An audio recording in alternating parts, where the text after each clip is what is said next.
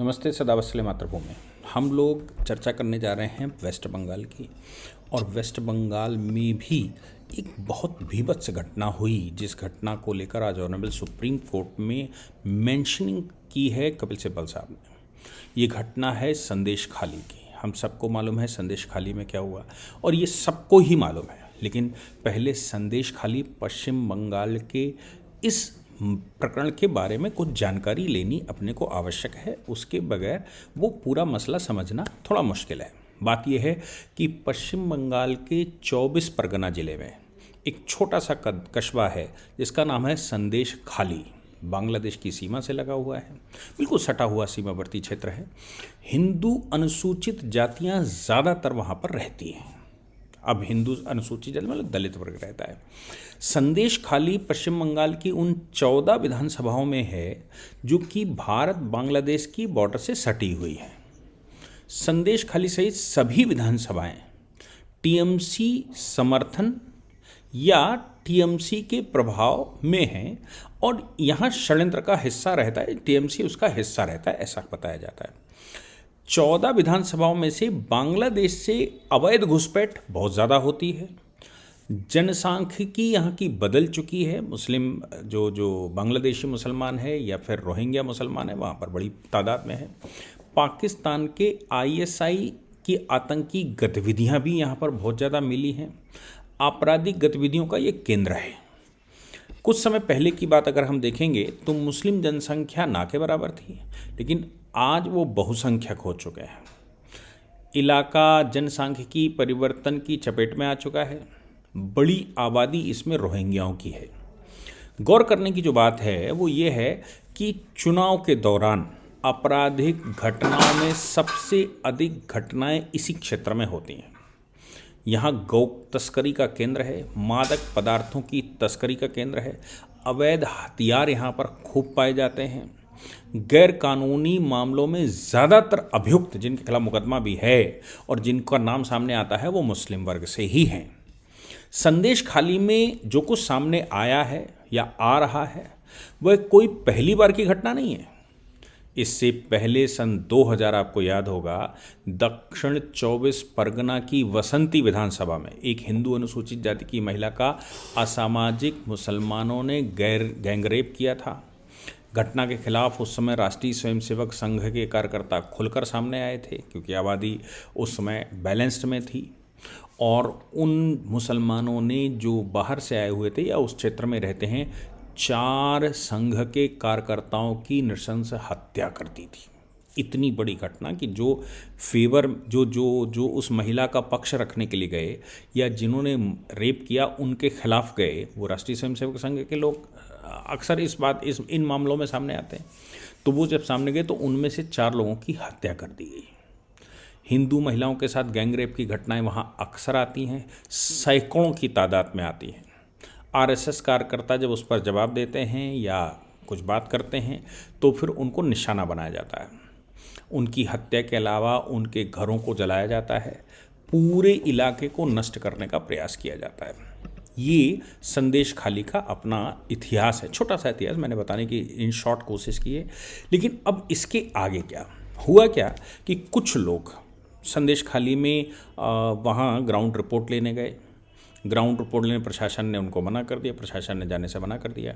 प्रशासन रोक रहा है, वो गवर्नर से मिलना चाहते हैं, वो राष्ट्रपति को रिपोर्ट देना चाहते हैं। जैसा कि अक्सर हमने देखा होगा कि तमाम तरह की घटनाओं में मुस्लिम्स जा रहे हैं। हमने मणिपुर की घटनाएं देखी हैं, तमाम मुस्लिम ऑर्गेनाइजेशंस वहाँ पहुँच गई, तमाम कम्युनिस्ट ऑर्गेनाइजेशनें पहुँच गई और तमाम तरह की माइथी बनाम ये सब कर डाला।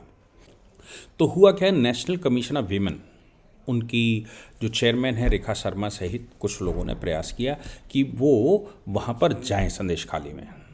वो लोग गए भी, उन्होंने अपनी रिपोर्ट गवर्नर को लगाई, उन्होंने अपनी रिपोर्ट प्रेसिडेंट को लगाई। लेकिन उनका आरोप ये है कि वो विक्टिम से मिलना चाहते थे, मतलब जिनके ऊपर रेप हुआ है और जिनकी मारपीट हुई है, जिनकी हत्याएं कर रहे हैं लोग, उनसे वो मिलना चाहती थी।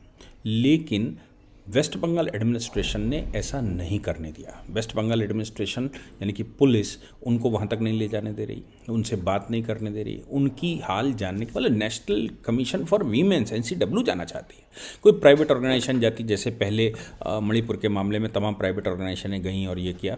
लेकिन आप सोचो कि एक कॉन्स्टिट्यूशनल बॉडी है, एक नेशनल स्टेचुरी बॉडी है, स्टेचुरी बॉडी वहाँ पर जाकर मिलना चाहती है, रिपोर्ट बनाना चाहती है, उसमें क्या सजेशंस हो सकते हैं, क्योंकि महिलाओं के संरक्षण का काम उनका है, और उनको वहाँ जाने से रोक दिया गया।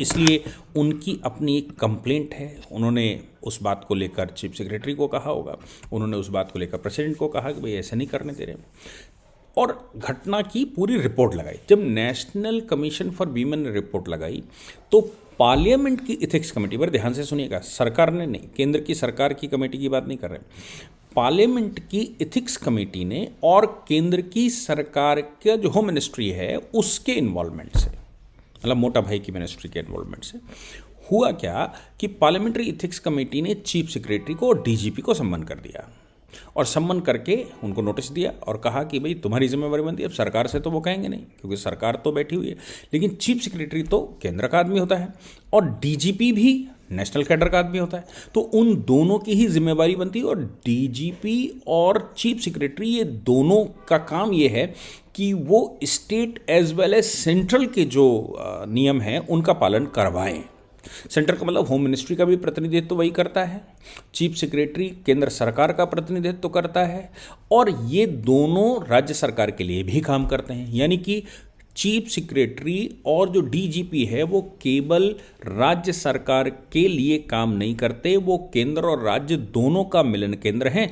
इसलिए पार्लियामेंट्री इथिक्स कमेटी ने उनको नोटिस कर दिया और नोटिस करके उनसे जवाब मांगा कि भाई, उन्होंने पूछा कि आप उस पर एक्शन क्यों नहीं ले रहे हैं, आप उस पर जाकर क्या चल रहा है, ये जो चल रहा है वहाँ संदेश खाली में ये कैसे हो रहा है, 24 परगना की जो पुलिस फोर्स है वो क्या कर रही है, वहाँ का एडमिनिस्ट्रेशन क्या कर रहा है, और नेशनल कमीशन फॉर वीमेन इसके विषय में भी लिखा ही होगा। अब ये जो नोटिस हुआ, यानी कि अधिकारी फंसेंगे अगर वो सही संतोषपूर्वक जवाब नहीं दे पाते उस नोटिस का, तो इसका मतलब ये हो गया कि वो केंद्रीय कैडर के लोग होते हैं, मिनिस्ट्री ऑफ पर्सनल उनको निपटाई, डिपार्टमेंट ऑफ पर्सनल उनको निपटाएगा। PMO के डायरेक्ट कंट्रोल में होता है, डायरेक्ट एडमिनिस्ट्रेशन में होता है, और होम मिनिस्ट्री के एडमिनिस्ट्रेशन में होता है। तो पार्लियामेंट की इथिक्स कमेटी ने उनको नोटिस जारी किया। सरकार ने केंद्र की सरकार ने बड़ी समझदारी के साथ इसको किया कि पार्लियामेंट्री इथिक्स कमेटी का मतलब ये हो गया कि उसमें सभी दलों के मेंबर्स होंगे। पार्लियामेंट्री इथिक्स कमेटी ने इन लोगों से जवाब मांगा है, और अगर ये लोग जवाब नहीं दे पाते तो इनको अपनी नौकरियां गंवानी पड़ेंगी। अब ये बात ममता बनर्जी को कैसे हजम हो सकती है?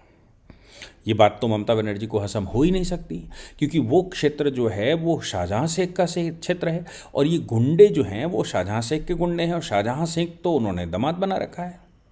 हम सब ने देखा होगा शाहजहां शेख के खिलाफ पिछली बार रेड पड़ी थी तो कैसे गांव के लोग पुलिस फोर्स और एजेंसी के ऊपर, मतलब जो यहाँ से केंद्र से जो लोग इन्वेस्टिगेशन करने गए थे उनके खिलाफ दंगे कर दिए थे, क्योंकि वो तो बात ही करने को तैयार नहीं है। ऐसी परिस्थिति में अगर चीफ सेक्रेटरी सही काम करेगा तो ममता फंसती है, DGP सही काम करेगा तो ममता फंसती है, DGP और चीफ सेक्रेटरी सही रिपोर्ट दे देंगे, उस नोटिस का जवाब दे देंगे, तो फिर अधिकारी और भी फंसते हैं, सरकार फंसती है, शाहजहां शेख जैसे लोग फंसते हैं, और ये ममता बनर्जी के लिए अच्छा नहीं है। नतीजा, ममता बनर्जी को इतना दर्द हुआ कि उस इथिक्स कमेटी के नोटिस को चैलेंज करने के लिए सुप्रीम कोर्ट चली आई। कपिल सिब्बल साहब तो आप जानते ही हैं, वो तो उनका तो दाना पानी वहाँ से चलता है, सब इसी तरह के केसेस चले। कपिल सिब्बल साहब, और कोई ना कोई तो रिप्रेजेंट करेगा ही, कपिल सिब्बल साहब नहीं करेंगे तो कोई और करेगा। तो कपिल सिब्बल साहब, मतलब उन्होंने पिटीशन उनके माध्यम से किसी और ने डाली होगी, जो पिटीशन वहाँ पर गई या जो चैलेंज गया उसको जल्दी सुनवाई हो, इसके लिए कपिल सिब्बल साहब ऑनरेबल सुप्रीम कोर्ट में मेंशनिंग कर दिए। मेंशनिंग हमारे यहाँ एक व्यवस्था नई कर दी है चीफ जस्टिस ने, और वो ये कर दी है कि मेंशनिंग से पहले उसको लिखिए, यानी कि मेल करिए चीफ जस्टिस को फॉरवर्ड करेंगे रजिस्ट्रार को या फिर रजिस्ट्रार को, और रजिस्ट्रार फिर मेंशनिंग के हिसाब से उसकी समय तय कर देगा, उस समय सुनवाइए, आज करे तो आज सुनवाइए, कल करे तो कल सुनवाइए, लेकिन कोर्ट में मेंशनिंग मत करिए। अब जो पहले मेल डाल दिए होते हैं वो कोर्ट में मेंशनिंग भी कर देते हैं, बाद में कि साहब हमने मेंशन कर दिया, कोर्ट कहता है हम देख लेंगे। लेकिन बात यहाँ पर ये भी आती है कि मेंशनिंग बड़े लोग, कपिल सिब्बल जैसे लोगों को कैसे रोका जा सकता है, ये तो बड़े मुश्किल का काम है, ये सब कुछ रहता है। अब यहाँ पर जो उनकी समस्या है वो खास तौर से यही है, मतलब जो उनका इशू है वो ये है कि ये केंद्र सरकार करवा रही है, ये भारतीय जनता पार्टी करवा रही है। आप सोचिए भारतीय जनता पार्टी क्या करवा रही है, बोले अनरेस्ट करिए। अब भाई रेप तो भारतीय जनता पार्टी के ऊपर रेप का एलिगेशन तो नहीं लगा सकते, लेकिन भारतीय जनता पार्टी ममता सरकार के पीछे पड़ी हुई है, इसलिए नेशनल कमीशन ऑफ वीमेन वहाँ पर भेज रही है। वो पीछे पड़े हुए हैं इसलिए चीफ सेक्रेटरी के लिए लिख दिया गया, ये पीछे पड़े हुए हैं इसलिए, अरे भाई पार्लियामेंट की जो एथिक्स कमेटी है वो किसी एक पार्टी की तो है नहीं, वो तो पार्लियामेंट की है, पार्लियामेंट में तो सभी दल हैं, आपके दल भी उसमें शामिल होंगे। तो पार्लियामेंट की एथिक्स कमेटी अगर नोटिस इशू कर रही है तो उसके जवाब चीफ सेक्रेटरी को देने पड़ेंगे, लेकिन चूंकि सब फंस रहे हैं इसलिए ममता जी सुप्रीम कोर्ट चली हैं। अब वो कहती हैं कि जो अनरेस्ट है इस क्षेत्र का, कभी वो ईडी भेज देते हैं शाहजहां शेख के घर पर, वो ईडी वाला प्रकरण मैंने बताया कि वो सब घोटालेबाजी में वो फंसा हुआ है, तो ईडी भेज देता है। ईडी पूछना चाहती है कि इतना धन कहाँ से लाए, ये तुम इन्वॉल्वमेंट कैसे है तुम्हारा ये घोटालों में, तो कब कहती हैं कभी ईडी भेज देते हैं और कभी ये इस तरह के वीमेन कमीशन फॉर ये भेज देते हैं, कभी ये भेज रहे हैं। ये ममता बनर्जी कहती हैं कि ये उनकी सरकार को बदनाम करने के लिए सारी चालें केंद्र चलता है। अब आप सोचिए, उनकी नज़र में रेप का कोई मोल नहीं, वहाँ हिंसा का कोई मोल नहीं, घरों को जलाया जाता वहाँ कोई मोल नहीं, वहाँ पर हिंदू दलित महिलाओं के को उठाकर अक्सर इस तरह की घटनाएं हो जाती हैं, उसका कोई लेना देना नहीं। लेकिन उनको किसको बचाना है, उनको बचाना है बांग्लादेशियों को, उनको बचाना है रोहिंग्याओं को, उनको बचाना है शाहजहां शेख को। इसलिए उनकी नज़र में हिंदुओं की कोई वैल्यू नहीं है। वो जो भी सोचती हैं उनको लगता है कि वो वहाँ जो विदेशी लोग रहते हैं, जो इन्फिल्ट्रेटर हैं, जो कुठाराघाती हैं, उनसे उनकी सरकार ज़्यादा प्रोटेक्टेड है। इसीलिए लोग ममता बनर्जी को आजकल ममता बानो कहने लगे हैं। ममता बानो को ये भी समझ में नहीं आ रहा कि मुस्लिम महिलाएं अब भारतीय जनता पार्टी की तरफ अट्रैक्ट हो रही हैं और वो अब बानो बन रही हैं। आप सोचिए कि क्या कितना बुरा हाल हो सकता है वेस्ट बंगाल का। आगे क्या होता है उस नोटिस का, सुप्रीम कोर्ट क्या करता है, उस पर भी अपडेट करेंगे। जय हिंद, जय भारत, वंदे मातरम।